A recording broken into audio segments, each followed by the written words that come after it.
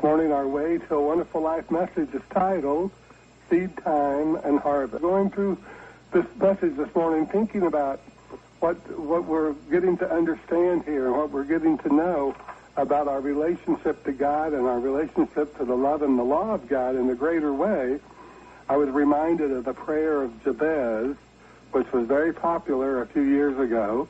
And the prayer of Jabez is taken from 1 Chronicles 4:10 in the Old Testament of the Holy Bible. And it reads, "Oh, that you would bless me and enlarge my territory. Let your hand be with me and keep me from harm so that I will be free from pain." And God granted his request. "Oh, that you would bless me and enlarge my territory." Enlarge my territory means to give him a greater degree of consciousness in order to receive a greater degree of material possessions, of a greater abundance. Just as we say in the morning, today I expect a more abundant life. We're always seeking more because we're all part of this infinite presence, this infinite intelligence, this infinite power, which is God, because we are life and God is life, so we're a part of life, and life is always expanding. As you look out into the world in which you live, you see more things happening, more things growing, more things doing and being in multiplicity than ever before. You know, the scientists are discovering more and more planets and more universes, and it's just amazing when we think about the infinitude of the world in which we live in this world. So much is going on in our own life experiences sometimes that we get distracted from the realization that this intelligence that we call God is so infinite that that the human mind cannot ever fully grasp all that God has created, all that God is doing, all that the intelligence of God is bringing forth into the world. There's a power to life. The power to life that's so strong that no matter what happens, life will restore itself. The other morning I was taking my godson to school, and we were walking in the driveway, and this driveway is all concrete pavement, but there was a little crack in the concrete where a little plant had come up, and it had bloomed flowers, like 5 or 6 flowers on this little plant, little yellow flowers. My godson picked one of the flowers to take to his teacher, and I was so amazed to think about how life, which is all God, which is God intelligence. There's an intelligence in that seed of that plant, but there's also a power that caused it to move through that little tiny crack in that concrete to spring forth as life, to be alive, to feel the sunshine, to bring forth the flowers and see them bloom. So we know that there's intelligence in all things, and that intelligence is within you and me. So let's look at these words this morning from the great Thomas Troward. This is from his essay on Let Nature Do Its Work. And he writes, "The principle of growth is that of inherent vitality in the seed itself, and the operations of the gardener have their exact analog in mental science. We do not put the self-expansive vitality into the seed, but we must sow it. And we may also, so to speak, water it by concentrated contemplation of our desire as an actually accomplished fact. But we must carefully remove from such contemplation any idea of a strenuous effort on our part to make the seed grow. Its efficacy is in helping to keep out those negative thoughts of doubt which would plant weeds among our wheat, and therefore, instead of anything of effort, such contemplation should be accompanied by a feeling of pleasure and restfulness in foreseeing the certain accomplishment of our desires. This is that making our requests known unto God with thanksgiving, which St. Paul recommends. It has its reason in that perfect wholeness of the law of being, which only needs our recognition of it to be used by us to any extent that we wish. And that's why when we look at that prayer of Jabez, we realize that Jabez is asking God, Oh, that you would bless me and enlarge my territory. So we understand that he's asking God to enlarge his capacity to receive, enlarge his capacity to take possession of more things in consciousness first, and then he will realize the good. And he says, and keep me from harm so that I will be free from pain. So as Troward tells us, we must make sure that there's nothing, no weeds get into our planting of our seed of having the greater good, the abundant life. Let's continue on with Troward. He tells us some people possess the power of visualization or making mental pictures of things in a greater degree than others. And by such, this faculty may advantageously be employed to facilitate their realization of the working of the law. Remember, this law of growth is the law of God. You can see it everywhere. But those who do not possess this faculty in any marked degree need not be discouraged by their want of it, for visualization is not the only way of realizing that the law is at work on the invisible plane. And let's just be reminded of those words, or those actions of Jesus when he multiplied the loaves and fishes. He looked up. That's why Jesus said, look up and not down, because if we look down, if we look at what it is that we're trying to see increased or trying to see enlarged or trying to see made more perfect, then we'll get discouraged because we'll feel that it's impossible. But when we look up above things and realize that there's a power, there's an intelligence, there's a spirit that moves through everything in the universe, that grows everything, multiplies everything, then we realize that this power doesn't need our help. All it needs is our recognition of it, and for us to see that enlarged capacity, that greater abundance visible in our life, and to say it to ourselves, I receive because I believe and I receive, and I take this into my mind as the truth for me right now that God is bringing forth into my life expression, my life experience, the more abundant life, the greater life, the healthier life, the happier life, the more joyful life, the more prosperous life. Well, let's go back to Troward. Those whose mental bias is towards physical science should realize this law of growth as the creative force throughout all nature. That's God intelligence. That's why Jesus said, if you want to understand God in a greater way, look to nature, because nature gives us evidence of the intelligence of God, also the love of God. So for those whose mental bias is towards physical science should realize this law of growth as a creative force throughout all nature, Troward says, and those who have a mathematical turn of mind may reflect that all solids are generated from the movement of a point which, as our old friend Euclid, who was a Greek mathematician and the father of geometry, tells us, is that which has no parts or magnitude, and is therefore as complete an abstraction as any spiritual nucleus could be. To use the apostolic words, we are dealing with the substance of things not seen, and we have to attain that habit of mind by which we shall see its reality and feel that we are mentally manipulating the only substance there ultimately is, and of which all visible things are only different modes. All visible things are only different modes of this one ultimate substance. We must therefore regard our mental creations as spiritual realities and then implicitly trust the law of growth to do the rest. That's from the great Thomas Troward from his essay, Let Nature Do Its Work. So let's look again at that prayer of Jabez. Oh, that you would bless me and enlarge my territory.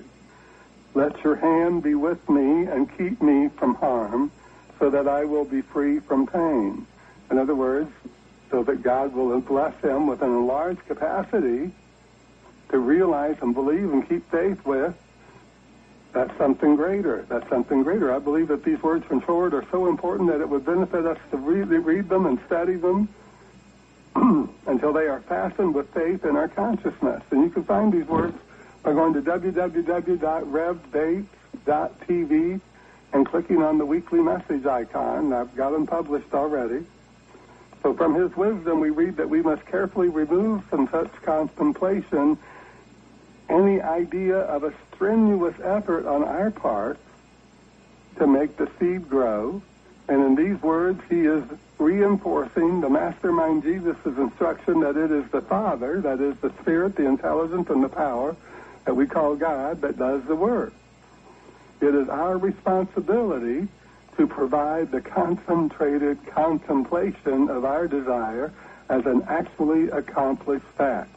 In other words, to believe that it is already formed on the unseen side of life, making its way into our physical material experience. This is Jesus said, believe that it's so. Believe it. Keep faith.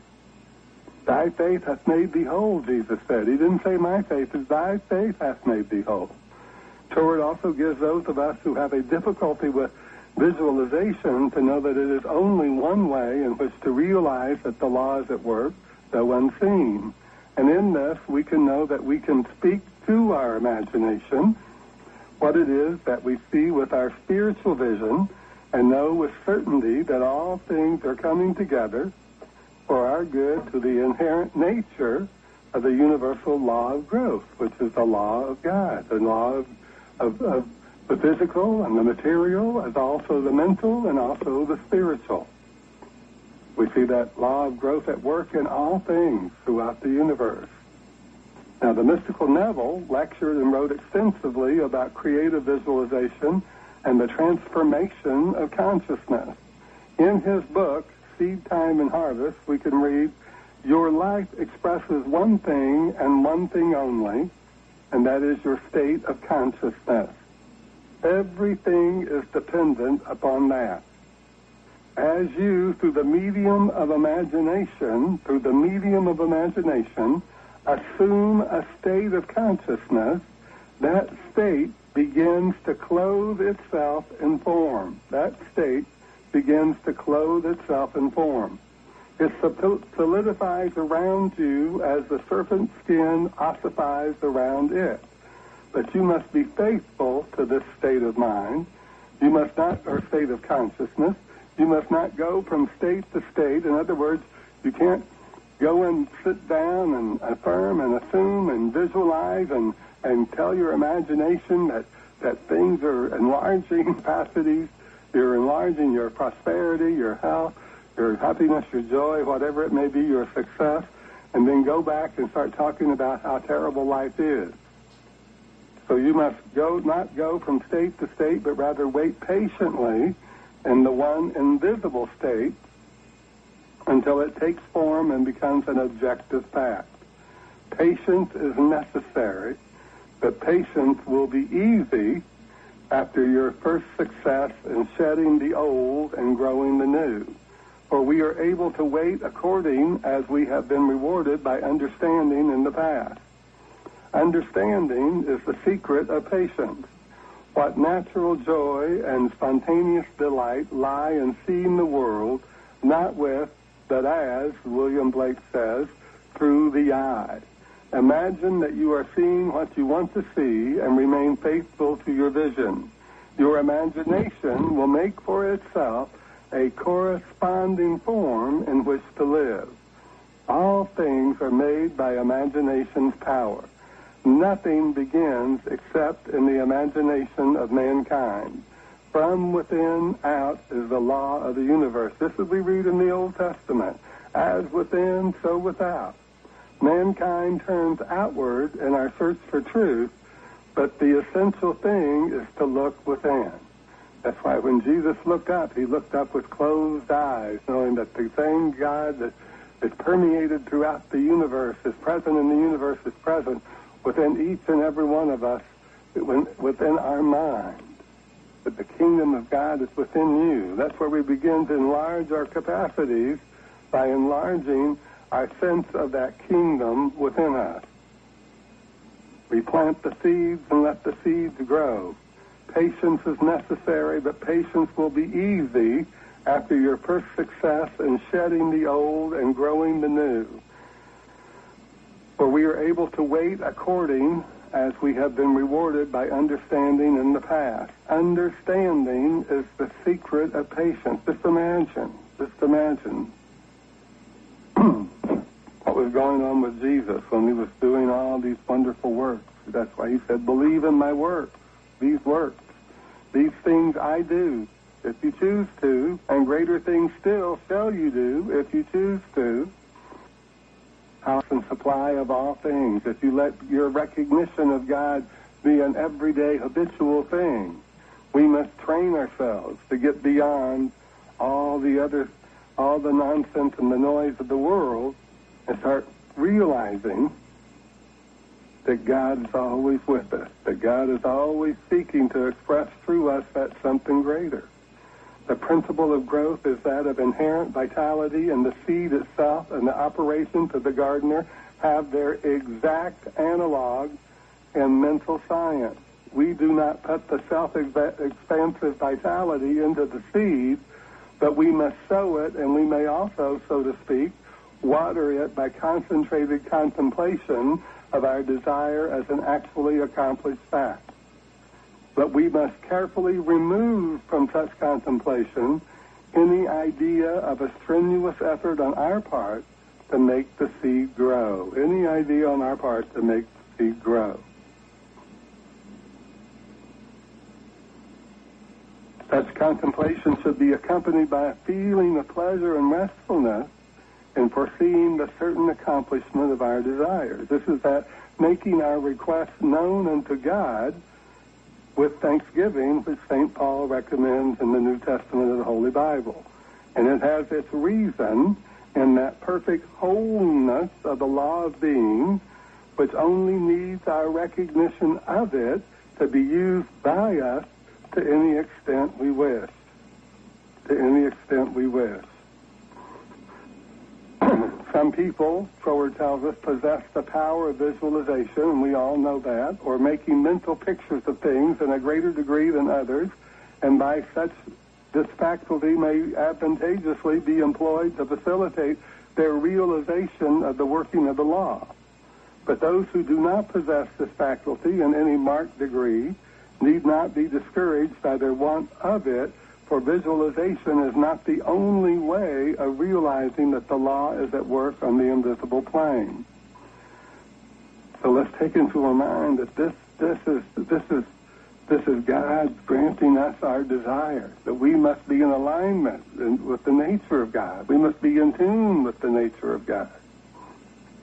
To use the apostolic words, we are dealing with the substance of things not seen, and we have to attain that habit of mind by which we shall see its reality and feel that we are mentally manipulating the only substance there ultimately is, and of which all visible things are only different modes.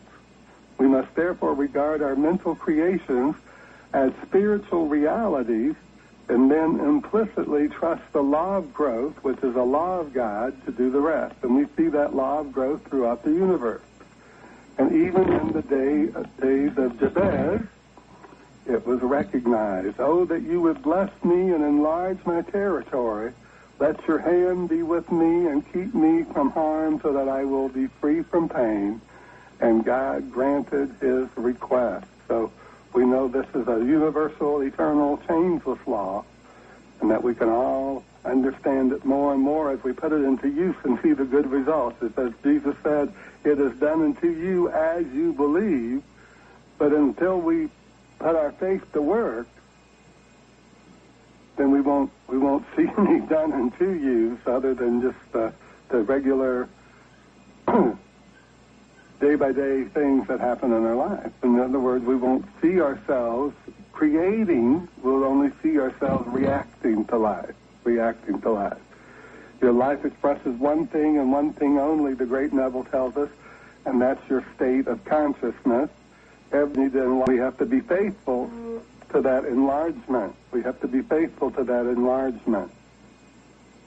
Patience is necessary, he tells us, but patience will be easy after your first success in shedding the old and growing the new, for we are able to wait according as we have been rewarded by understanding in the past. Understanding is the secret of patience. So nothing begins except in the imagination of mankind. All things are made by imagination's power, the devil tells us. From within out is the law of the universe. As within, so without. We can read that in the Old Testament too. Mankind turns outward in our search for truth, but the essential thing is to look within. So through the medium of imagination, we can assume a state of consciousness, Neville tells us, and in this we can find our way to move through whatever it is we must move through in our present consciousness to be lifted up in the new consciousness that we desire to experience. Our state of mind, while planting the seeds of desire in our imagination, shall provide for us a marvelously wonderful new life experience as we trust in the love and law of God, infinite spirit, patiently and with our mind at rest, awaiting the pleasure to come. And so it is. Amen. And so